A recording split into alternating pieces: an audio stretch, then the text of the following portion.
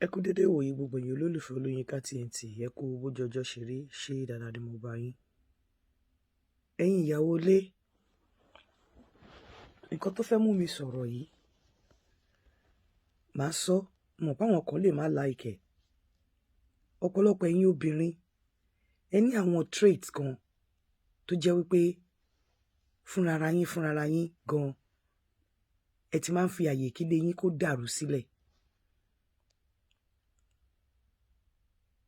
Ó ti tó bí ìjọ́ mẹ́ta àbí several times làwọn obìnrin kan ti pè mí wá láwọn fẹ́ join group kí n jọ ìmí àṣẹ kí n jọ kí n fòun sí group. Tí bá wá pè wọ́n tí bá béèrè lọ́wọ́ pé ẹ fẹ́ join group irú group wọn ní WhatsApp group kíní kan group ṣé ti marry wọn náà ti marry ilé ọkọ làwọn wà. Kí ni ìyàwó lè ń join private group fún tí kò bá ń ṣe pé bóyá ó ń wá okó ó fẹ́ dóko ó ń wá oko rẹ̀ ó ń wá reserve oko ó fẹ́ dóko òjijì. Gbogbo àwọn irú àwọn trait àwọn ọ̀wà yẹn àwọn ọ̀wà tó jẹ́ wípé kì í jẹ́ kí inú ilé kó dúró ni.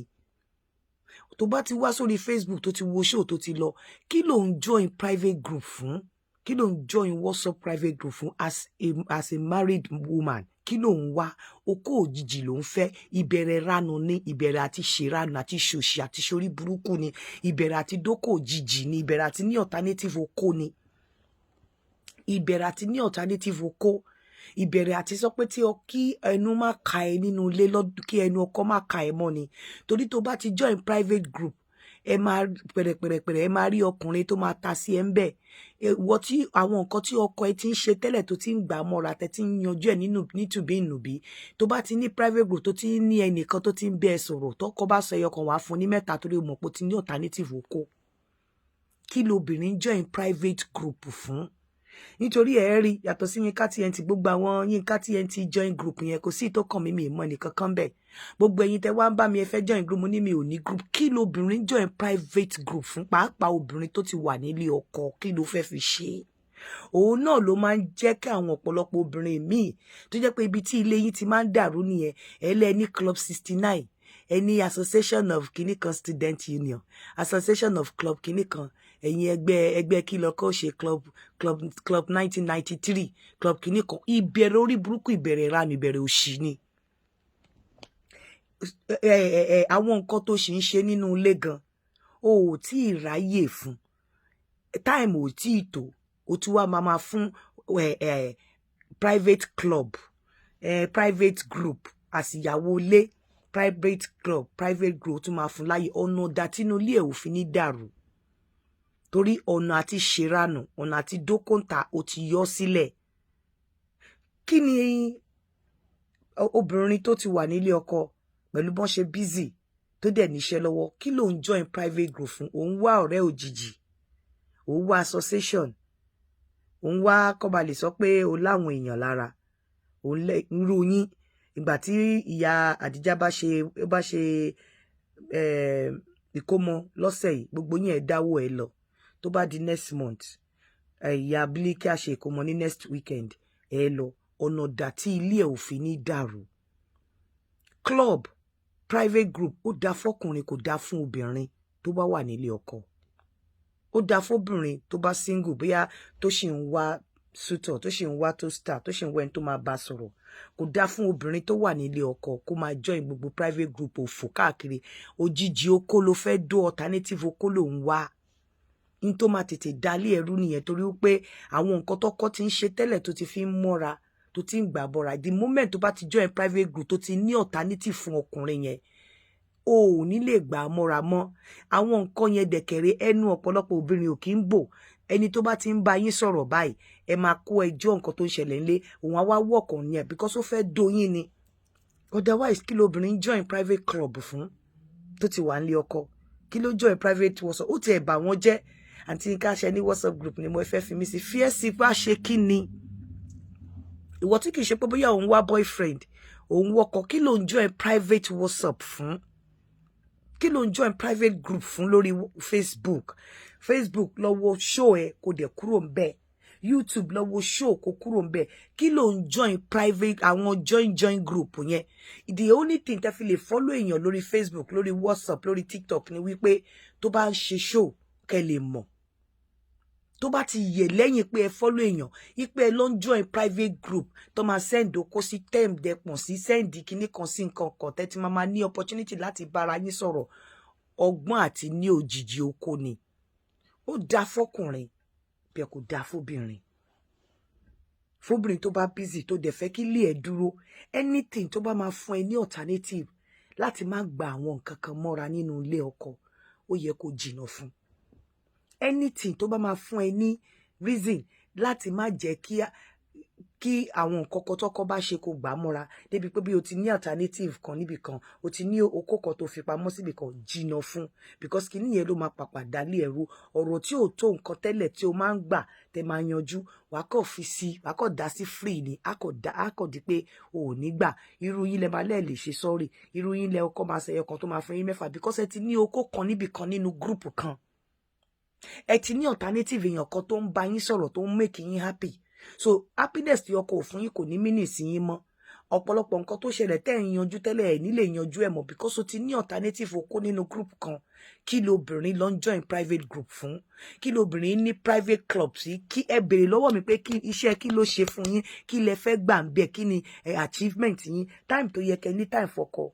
Ẹ máa lọ sí club 69, ẹ máa lọ sí club 72, ẹ máa lọ sí club association of kinikan club. Time tó yẹ kẹ́ ní time fọmọ, nígbà ọba tẹ́ bá ráyè.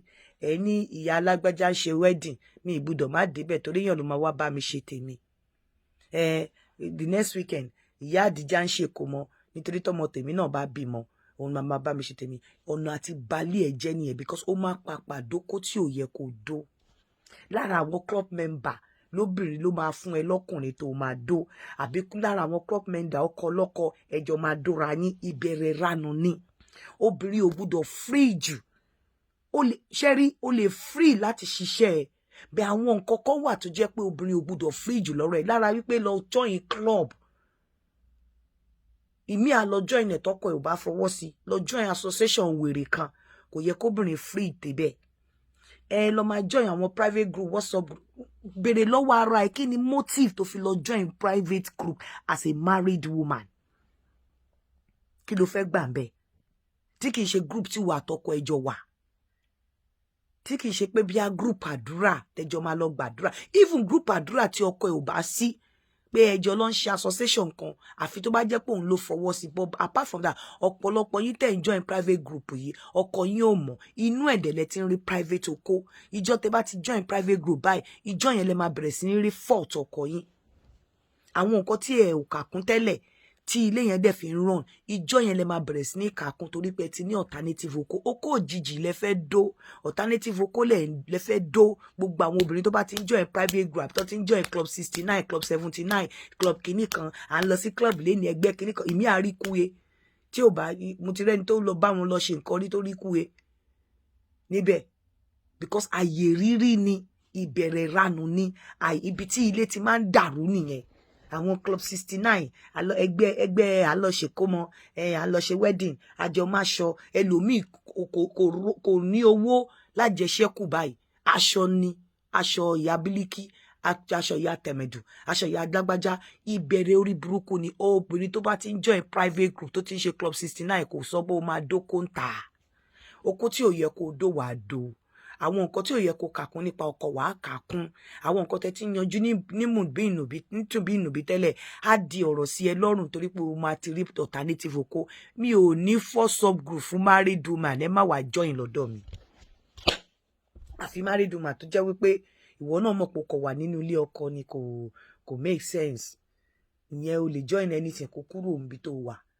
But married woman tẹ́ pé kò lè ṣe kíjà má wà nínú ilé, tí ọkọ ń fi ẹ́ lọ́kàn balẹ̀ tó dẹ̀ ń ṣe ẹ̀tọ́ ẹ̀ tí ò ní ẹ́ lára, kí ló ń wá group tó fẹ́ join fún? Kí ló ń join club 69 fún? As much abọ́kùnrin bá ṣe try láti make yín happy, ẹ̀yin náà máa ṣe nǹkan tó máa wú wọn lórí. Lára nǹkan tó ń wú ọkùnrin lórí ni pé kọkùnrin mọ ìrìn ẹsẹ̀ ìyàwó ẹ̀, kó mọ ibi tí ìyàwó òun lè rìn sí, kó lè mọ̀ wípé ìyàwó mi ò sí nílé, ibi iṣẹ́ ló máa wà, kò sí ibi iṣẹ́, church ló máa wà, kò sí church, studio ló máa wà. Ararú àwọn nǹkan báyẹn ó máa ń jẹ́ kí ọkùnrin nífẹ̀ẹ́ ìyàwó ẹ̀ sí, tó bá lè mọ ẹ̀rín ẹsẹ̀ ìyàwó ẹ̀. Kò sí bó ṣe fẹ́ lọ join private group or club tí ọkọ ẹ máa mọ ẹ̀rín ẹsẹ̀ ẹ mọ́. Tí ọkọ ò bá dẹ̀ ti mọ ẹ̀rín ẹsẹ̀ obìnrin, ibi tí obìnrin ò kí ní jẹ́ mọ́ nǹkan kan lọ́wọ́ ọkọ nìyẹn. Ọkùnrin láti mọ ìrìn ẹsẹ̀ ìyàwó ẹ̀ tó mọ̀ pé ìrìn ẹsẹ̀ ẹ̀ mọ́. Èyí ni mo mú wá fún yín láàárọ̀ yìí. shabarikolo.com, ẹ lọ rẹ́gísítà ń bẹ̀. Ẹ má gbàgbé ilẹ̀ Danabit. Ẹ má gbàgbé gbogbo ẹ̀yin tẹ́ bá fẹ́ ra lubricant. Ẹ pè mí sórí +447404851234. Ẹ má dẹ̀ gbàgbé o, orin tó máa jáde níjọ́ birthday mi. Ire o.